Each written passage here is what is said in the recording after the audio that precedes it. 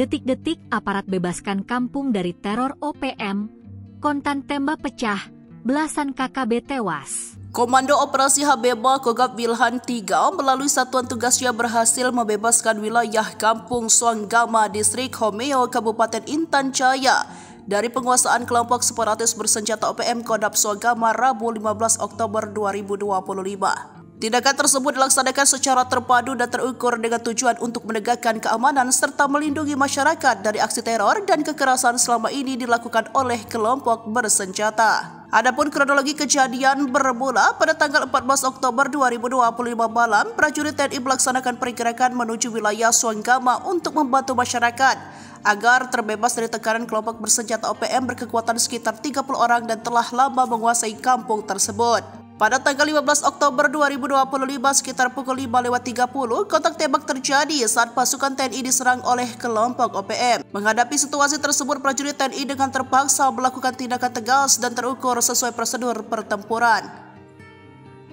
Pada pukul 12, situasi berhasil dikuasai oleh kelompok OPM berhasil dipukul mundur. Dalam penyisiran pasca kontak, TNI berhasil menewaskan 14 anggota OPM, di antara sejumlah pemimpin dan pelaku penembakan terhadap aparat keamanan sebelumnya, sementara sisanya melarikan diri ke arah hutan.